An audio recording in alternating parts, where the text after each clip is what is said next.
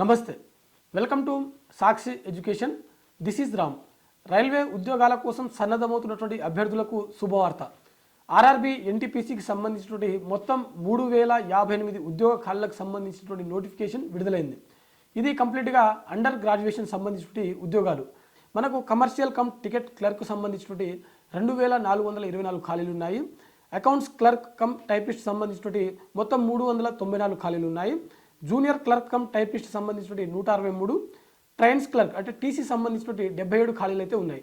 ఓవరాల్గా మనకు 3058 ఖాళీలు ఈ నోటిఫికేషన్ ద్వారా మనకు భర్తీ చేయనున్నారు.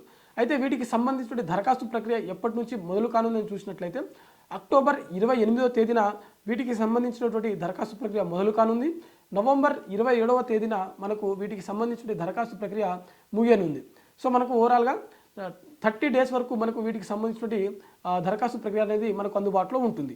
అయితే దరఖాస్తుకు సంబంధించిన ఫీజు చెల్లింపుకు చివరి తేదీ మరో ఎక్స్ట్రా 2 డేస్ ఉంటుంది. అది నవంబర్ 29న ముగియనుంది.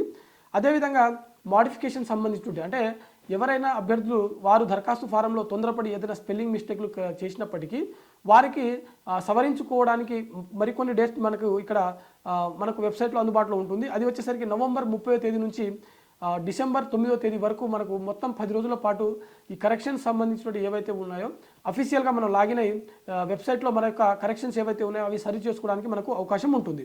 సో ఇది మనకు ఈ ఇంపార్టెంట్ డేట్స్ అనమాట. అంటే మనకు ఈ నోటిఫికేషన్ సంబంధించిన దరఖాస్తు ప్రక్రియకు సంబంధించిన ఇంపార్టెంట్ డేట్స్. అయితే విద్యార్హతలకు సంబంధించిన ఈ ఓవరాల్ పోస్టులకు మనకు కావాల్సినటువంటి కనీస విద్యార్హతలు చూసినట్లయితే అభ్యర్థి కనీసం ఇంటర్మీడియట్ పాస్ అయితే సరిపోతుంది.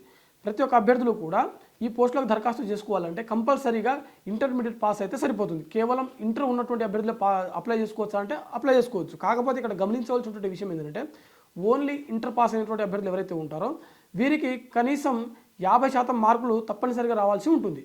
ఒకవేళ ఇంటర్తో పాటు డిగ్రీ కానీ పోస్ట్ గ్రాడ్యుయేషన్ అంటే పీజీ కానీ ఉన్నట్లయితే ఆ అభ్యర్థులకు 50% మార్కులు ఉండాల్సినటువంటి అవసరం కూడా లేదు.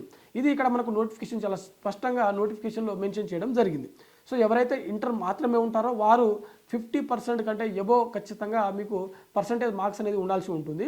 అదేవిధంగా డిగ్రీ పీజీ చేసినటువంటి అభ్యర్థులు ఇంటర్ పాస్ అయితే సరిపోతుంది. అయితే మనకు ఏజ్ లిమిట్ చూసినట్లయితే 2026 జనవరి 1 నాటికి అభ్యర్థికి కనీసం 18 సంవత్సరాలు ఉండాల్సి ఉంటుంది.